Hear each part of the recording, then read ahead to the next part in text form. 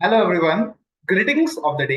आज अपन रिव्यू करने वाले हैं जो कि आईपीओ ओपन होने जा रहा है 19 जून से लेके 21 जून को वो बंद होगा, जिसका नाम है जेन एनवायरो मैनेजमेंट लिमिटेड। तो इसका काम क्या है? ये बेसिकली प्लास्टिक के जो मतलब वेस्ट प्रोडक्ट होता है उसको बेसिकली रिसाइकलिंग के लिए कलेक्ट करके और रिसाइकल के लिए जमा करती है। तो इसका अभी अपन कॉन्सेप्ट समझेंगे पूरा। इसका नाम होता है ईपीआर क्रेडिट, ठीक है। अभी अपन पूरा कॉन्सेप्ट समझेंगे कि इसका इस कंपनी का धंधा क्या है, इसके प्रमोटर्स कौन है, और सब बाकी क्या करती है कंपनी।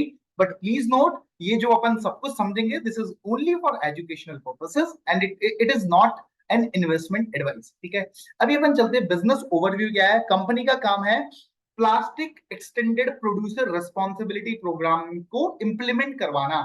इसको हम बोलते हैं ईपीआर क्रेडिट, ठीक है, ईपीआर क्रेडिट। अब कंपनी करती क्या है ये मैं आपको समझाता हूँ। मैंने एक इसके लिए चार्ट बनाया है जिससे अपन समझना जाएंगे। ये कंपनी अगर आप देखोगे तो बैकग्राउंड में आपको प्लास्टिक बॉटल्स दिख रही है, ठीक है। तो लेट्स से एक कंपनी प्लास्टिक की बॉटल का वो प्रोड्यूसर है या फिर वो इंपोर्टर है, बाहर से सामान इंपोर्ट करता है, या फिर वो ओनर है, वो उस प्लास्टिक की बोतल को बेचता है, ब्रांड ओनर, ठीक है। तो प्रोड्यूसर है, इंपोर्टर है या फिर ब्रांड ओनर है। तो और अगर वो प्लास्टिक के प्रोडक्ट बेचता है और तो उसको प्लास्टिक ये जो रूल्स एंड रेगुलेशन है 2016 में आएगी, प्लास्टिक वेस्ट मैनेजमेंट रूल्स 2016 के तहत उसको जो ये वेस्ट हुआ है, इतना वेस्ट उसे रिसाइकल करना पड़ेगा। इतना वेस्ट उसे रिसाइकल करना पड़ेगा जितना उसने प्लास्टिक की सेल करी है। आप ऐसे सिंपल समझो, अगर किसी प्रोड्यूसर ने, किसी इंपोर्टर ने या किसी ब्रांड ओनर ने अगर कोई प्लास्टिक के प्रोडक्ट में सेल करी है, तो जितना प्लास्टिक का प्रोडक्ट मार्केट में एज अ वेस्ट हुआ होगा जब वो यूज हो गया प्रोडक्ट, उतना उसे रिसाइकल करना है। अभी रिसाइकल करने के लिए कंपनी क्या कर सकती है?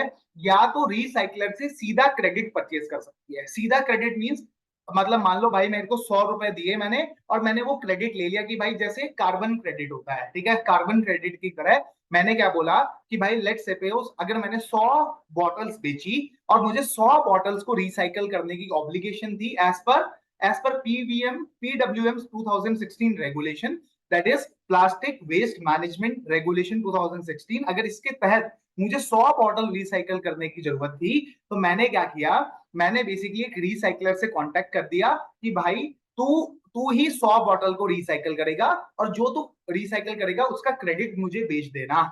एक तो ये हो गया। दूसरा, अगर मैंने जेम एनवायरो जैसी मैंने कंपनी को एंगेज किया जो कि बेसिकली कलेक्ट करेगी वो 100 बॉटल्स, 100 प्लास्टिक की बॉटल्स वो कलेक्ट करेगी। अभी जरूरी नहीं होता कि जो 100 बॉटल बिकी है वही 100 बॉटल कलेक्ट करनी है, ठीक है। तो इसमें पॉली प्लास्टिक में ना बहुत सारी वैरायटी होती है। तो लेट्स से अगर एसडीपीई वाला वैरायटी है, मतलब हाई डेंसिटी पॉलीथीन रेजिन वाली वैरायटी है, तो आपको मतलब 100 100 उस टाइप की बॉटल्स कलेक्ट करनी है और आपको सबमिट कर देनी है टू रिसाइकलर।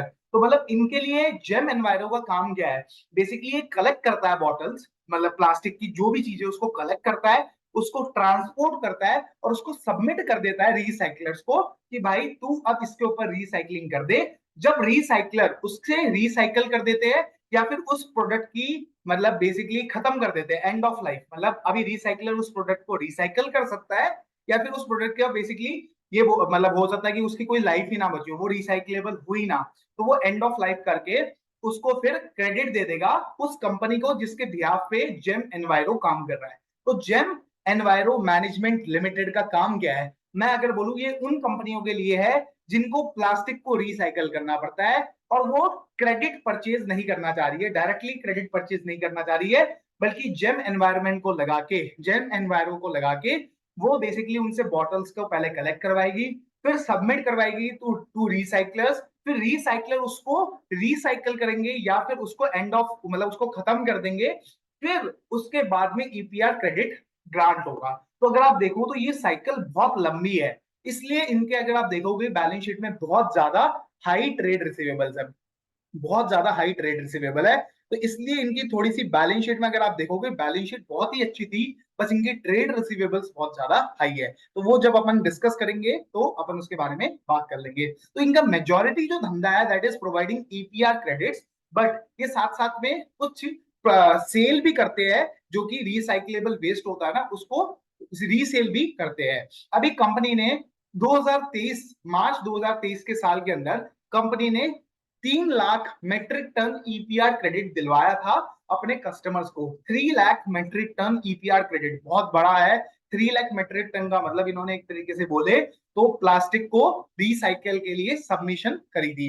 इसके जो प्रमोटर है that is Sachin Sharma, Dinesh Parekh, Sangeeta Parekh, Sarthak Agarwal, BLP equity research private limited, जिसमें भी अगर आप मैं बोलूं तो दिनेश पारेख का अच्छा खासा हिस्सा है या संगीता पारेख का अच्छा खासा हिस्सा है। तो दिनेश पारेख एंड संगीता पारेख का हस्बैंड एंड वाइफ है ना। सचिन शर्मा जी इसी धंधे को मैनेज करते हैं। बेसिकली क्या है, दिनेश पारेख तो नॉन एग्जीक्यूटिव डायरेक्टर है। ये basically day to day decision नहीं लेते हैं। Day to day decision and active business में जो इन्वॉल्वमेंट है वो सचिन शर्मा जी का ही है। तो वही मेन इस धंधे को चला रहे। उनकी उम्र 47 ईयर्स है और उनको इस बिजनेस का 20 साल का गहरा अनुभव है। दिनेश पारेख, संगीता पारेख ये बिजनेस में इन्वॉल्व नहीं है बट इनकी इन्वेस्टमेंट है अच्छी खासी। 12.92% होल्डिंग है संगीता पारेख की और 3.23% है दिनेश पारेख की। सार्थक अग्रवाल की भी कोई ज्यादा इन्वॉल्वमेंट नहीं है धंधे में but he is holding 25% share.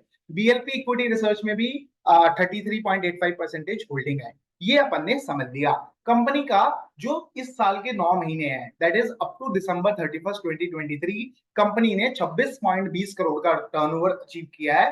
26.20 crore का टर्नओवर अचीव किया है और जिसके सामने ऑपरेटिंग एक्सपेंसेस है 11.60 करोड़ के। तो आप देखोगे सिर्फ 45% ही मेरा ऑपरेटिंग एक्सपेंस का खर्चा है। इसमें भी खर्चा क्या होगा, मुझे कलेक्ट करना है। मुझे मतलब लेट से जहाँ पे लेट से रेस्टोरेंट होटल्स उनसे मैं क्या करूंगा, प्लास्टिक का जो वेस्ट है वो मैं कलेक्ट करूंगा और उसको मैं ट्रांसपोर्ट करके सबमिट कर दूंगा टू रिसाइकलर। तो उसमें जो मेरा खर्चा हुआ है that is 11.60 crore.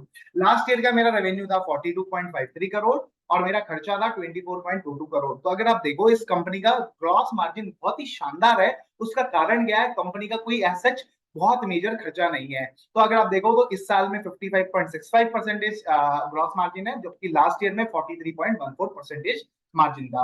Employ benefits में कंपनी के पास 51 एम्प्लॉयज है जिनका ऑलमोस्ट 2 करोड़ का खर्चा आता है साल भर साल। फिर अदर एक्सपेंस और इनकम जनरली 5% के अराउंड रहती है, 5-6% ऊपर नीचे होती रहती है। तो 1.25% ये हमारा है। पीबीटी मेरा बहुत ही शानदार है, 43.27% of revenue in the current year जो कि बनता है 11.34 करोड़, 11.34 करोड़। टैक्स मेरा जनरली 25.168% भारत में टैक्स रेट है, उसी के आसपास इनकी टैक्स रेट है। मेरा पैक बन जाता है, पैक प्रॉफिट आफ्टर टैक्स बन जाता है 8.40 करोड़, जिसको अगर मैं 2.10 करोड़ के शेयर कैपिटल से डिवाइड करता हूं तो मेरा ईपीएस निकल के आ जाता है 4 रुपए का, जो कि सिर्फ और सिर्फ इन 9 महीने का ईपीएस है। इन 9 महीने का जो ईपीएस है that is 4 rupees. Last year का ईपीएस मेरा 4.75 था। उससे पिछले सालों का जो मेरा ईपीएस था 3.53 एंड 2.76। तो अगर मैं बोलूं तो कंपनी लगातार ही अपना ईपीएस को ग्रो कर पा रही है। हालांकि अगर आप देखो पिछले 12 महीने की जो सेल थी वो 42.53 थी और इस 9 महीने की सेल अभी सिर्फ 26 हुई है। कायदे से अगर अपन देखें तो लास्ट ईयर से थोड़ी सी कम सेल चल रही है बट मोटा मोटी ईपीएस बहुत फाइन है क्योंकि कारण क्या है, कंपनी ने अपने खर्चों पे कंट्रोल किया है। ठीक है, अभी बात करते हैं कंपनी की फाइनेंसिंग पे। तो कंपनी पूरी इक्विटी फाइनेंस है, कोई भी कंपनी में डेट नहीं है। कंपनी का 31 करोड़ की बुक वैल्यू है इक्विटी की। ट्रेड पेबल कंपनी जैसे मैंने बताया it's a long cycle business. Company collect करती है, जब तक उसका क्रेडिट कस्टमर को नहीं मिल जाता, ईपीआर क्रेडिट नहीं मिल जाता, तब तक कंपनी अपने ट्रेड पेबल को भी पैसा देने के लिए रोके रखती है। ठीक है, वो जनरली कंपनी की प्रैक्टिस है। लेकिन कंपनी इस आईपीओ के तहत इस मतलब जो पैसा जुटाएगी, थोड़ा बहुत इसमें फ्रेश इशू भी है। मोस्टली ऑफर फॉर सेल है बट इसमें थोड़ा सा फ्रेश इशू भी है, उससे थोड़ा सा ट्रेड पेबल को कम करने का विचार भी है। तो 6.36 करोड़ के ट्रेड पेबल है। बाकी अदर लाइबिलिटीज है जिसमें इनकम टैक्स की लाइबिलिटी है, प्रोविजन फॉर ग्रेचुइटी है। अभी बात करते हैं सबसे important element of the balance sheet that is trade receivable, जो कि 24.56 करोड़ के बराबर है। That comes to approx 250 days. 250 days के अराउंड की इनकी generally inventory you can say trade receivable से पैसा कलेक्ट नहीं हो पाता। उसका कारण क्या है, इसमें बेसिकली आपको कलेक्ट करके पहले प्लास्टिक पहुंचाना है, फिर जब तक वो रिसाइकलर उससे रिसाइकल प्रोडक्ट नहीं बना देगा तब तक वो आपको पोर्टल के ऊपर एक सीपीसीपी का पोर्टल होता है ना, सेंट्रल पॉल्यूशन कंट्रोल बोर्ड का एक पोर्टल होगा, उस पर उसे क्रेडिट ग्रांट करना पड़ेगा। बस वो क्रेडिट ग्रांट तभी करेगा जब उसने वो एक्चुअल में प्रोडक्ट रिसाइकल कर दिया होगा। तो आप समझिए, इसलिए इनकी जब तक कस्टमर को क्रेडिट नहीं मिलते है तब तक कस्टमर पेमेंट नहीं करता है, इसलिए इनके बहुत हाईली ट्रेड रिसीवेबल्स रहते हैं। ये एक थोड़ी सोचने वाली बात है, कंपनी के लगातार ट्रेड रिसीवेबल्स बढ़ते जा रहे हैं। तो this is the only negative point that I could find कि मेजरली बाकी सब पॉइंट सारे ओके है, but this is the main point that you should focus. But considering कि इनकी बिजनेस साइकिल ही ऐसा है, तो शायद जस्टिफिएबल भी हो। इनके पास कैश रिच कंपनी है, कंपनी ने पहले बायबैक भी अच्छा खासा किया है, कंपनी हर साल डिविडेंड भी देती है, कंपनी के पास 13.25 करोड़ का कैश है। कंपनी ने इन्वेस्टमेंट्स एंड कंपनी की इन्वेस्टमेंट की है, अपनी एक ग्रुप कंपनी उसी के अंदर छोटी मोटी इन्वेस्टमेंट है 50-60 लाख की, और उसी कंपनी को कंपनी ने एडवांस दे रखा है और कुछ अदर एसेट्स भी है। तो मैंने बोला मेजर जो इसमें एसेट समझने वाला है वो है ट्रेड रिसीवेबल्स। ट्रेड रिसीवेबल्स के लिए कंपनी का कहना गया है कि इनका धंधा ही ऐसा है जिसमें ट्रेड रिसीवेबल्स की वैल्यू बहुत हाई रहना लाजमी है, क्योंकि इनको कैश जनरेट करने में, ईपीआर क्रेडिट देने में टाइम लग जाता है। बुक वैल्यू आती है 14.77, ईपीएस मैंने आपको समझा ही दिया, ग्रॉस मार्जिन बहुत तगड़े है। कंपनी के टॉप 10 कस्टमर 57% रेवेन्यू देते हैं, थोड़ा सा ये भी थ्रेट है। कंपनी का एक मोटा कस्टमर सिर्फ और सिर्फ 23% कस्टमर रेवेन्यू देता है, वो भी एक थ्रेट है ना। एंड कंपनी के पास अच्छा खासा कैश बैलेंस है। कंपनी ये भी सोच रही है कि कंपनी अभी तो सिर्फ प्लास्टिक वेस्ट को रिसाइकल करने का काम करती है, बट ये फ्यूचर में ई वेस्ट जैसे इलेक्ट्रॉनिक वेस्ट, बैटरी, ये सब लैपटॉप हार्डवेयर, इसको भी रिसाइकल करने का काम सोच रही है। कंपनी की अच्छी खासी हिस्ट्री ऑफ डिविडेंड है, तो कंपनी एक अच्छी खासी बैलेंस शीट के साथ है। बस जो सोचने वाली बात है वो सिर्फ और सिर्फ ट्रेड रिसीवेबल की है। कंपनी की अच्छी खासी 15.15 रुपए के आसपास की बुक वैल्यू है। इशू ओपन होने वाला है 19 जून को, खत्म होगा 21 जून को। फ्रेश ऑफर भी है, ऑफर फॉर सेल भी है। कितने शेयर्स है? 59.90 शेयर्स इन्वॉल्व है, 59.90 लाख शेयर्स इन्वॉल्व है, जिसका प्राइस 75 रुपए के हिसाब से ये फ्रेश इश्यू या ऑफर फॉर सेल होने वाला है। जिसमें से आईपीओ की टोटल साइज बनती है 44.93 करोड़, जिसमें से ऑफर फॉर सेल है 33.70 करोड़ एंड फ्रेश इश्यू है 11.23 करोड़। 11.23 का नया फ्रेश इशू है, जिसमें से बेसिकली 15 लाख शेयर्स इशू होने वाले हैं, अराउंड 14,97,600 शेयर्स फ्रेश इशू वाले हैं एंड ऑफर फॉर सेल में है 44,92,800 शेयर्स। तो कंपनी की बुक वैल्यू जो 14.77 है, वो बेसिकली प्री इशू थी 2.10 शेयर्स, 2.10 फोर 14.77, इसकी बुक वैल्यू आ रही थी 31.03, जो कि ऊपर के इक्विटी के बुक वैल्यू से मैच होगी। फिर क्या हुआ, कंपनी ने अभी 15 लाख का फ्रेश इशू किया है 75 रुपए के भाव पे, तो इसकी वजह से 11.83 से 23 से मेरी बुक वैल्यू बढ़ जाएगी, तो टोटल मेरा 42.26 हो जाएगा और यहाँ पे मेरे 2.25 करोड़ शेयर्स हो जाएंगे। तो आप जब दोनों को डिवाइड करोगे, दिस डिवाइड बाय दिस, तो आपका आ जाएगा 18 रुपए की मेरी पोस्ट पोस्ट आईपीओ मेरी बुक वैल्यू हो जाएगी। तो जिसका अगर आप इशू प्राइस से मल्टीपल निकालोगे तो मोटा मोटी 4 का मल्टीपल आएगा, मतलब 4 गुना of book value company is asking the price for this issue. और अगर अपन प्री आईपीओ की बुक वैल्यू से बात करें तो company is asking for 5 times of its book value. EPS 4 रुपए है उन 9 महीने का, तो अगर अपन पूरे साल का देखें तो कितना हो जाएगा, 4/3 इंटू 4, तो अराउंड मेरा 5.33 रुपीज के अराउंड ईपीएस हो जाना चाहिए साल भर साल। लेकिन अभी मैंने 4 रुपीज ही कंसिडर किया है, कंसिडरिंग 4 रुपीज 75 रुपए के हिसाब से 18.75 का पी मल्टीपल आ जाता है। बट अगर आप इसे 5 रुपए के हिसाब से कंसिडर करोगे तो 15 या 14 रुपए का पी आएगा 5.33 पे, ठीक है।